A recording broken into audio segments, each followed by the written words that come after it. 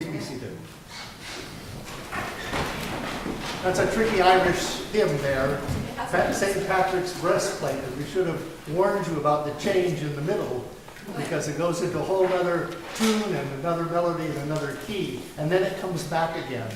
This is the hymn that was being played and sung at Grace Cathedral before I was ordained, sometime before.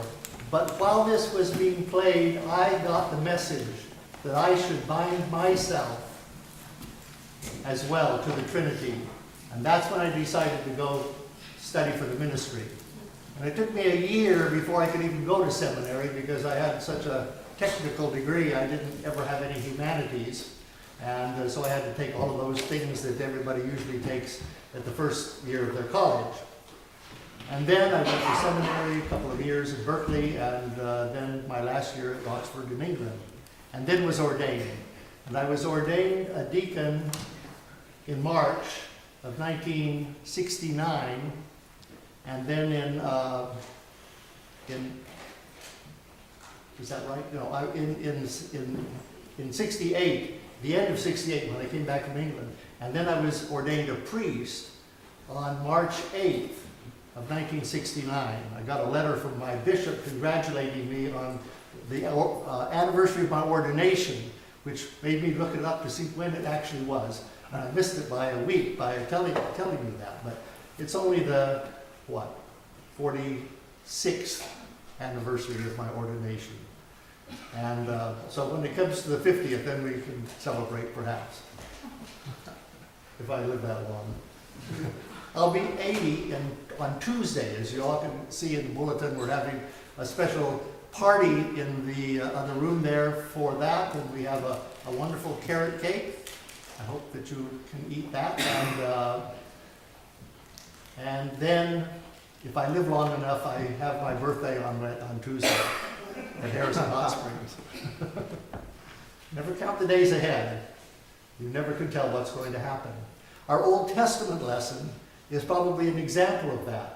This is part of the Exodus. This story comes from the book of Numbers, which is the part of the Exodus journey. Should be named the book of the journey, but it's the part, it starts off with the counting of how many people there were. And you'd be surprised if you look at that, at the beginning of that book, how many people they thought there were. A lot more than than one would expect. And because the story of Exodus is a story of a journey, a historical thing, kind of like George Washington crossing the Potomac, or the Delaware, or the Abraham Lincoln living in the log cabin, all those kinds of things. I cannot tell a lie. Those stories of our country perhaps never happened, but they are the kind of story, the legends that we hold dear, because even though they may be not historical, they are not historical in the sense of be able to look them up somewhere. They are historic in the sense of being the kind of thing that we believe in. We believe in those people because, and we make these stories about them. In the Exodus story, there are some things that seem very strange. They've come around, they've crossed the Red Sea, and they've gone down, and they've gone to Sinai, got the law, the tablets, all of that, and then they journey on up toward the promised land. Well, the king of Canaan won't let them in. And so they stay there at Meribah.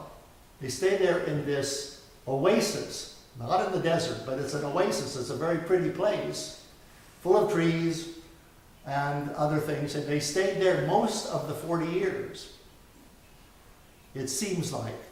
Now, historians and theologians have all different kinds of ideas, and the archaeologists have some too, and they're not even sure where Mount Sinai is, whether it's a mountain up in the north or a mountain down south. And they've all sort of agreed that it's the one down south, but it could easily have been the shortcut across the northern part of the Sinai Peninsula. It's a big diamond-shaped thing. Now they've moved out into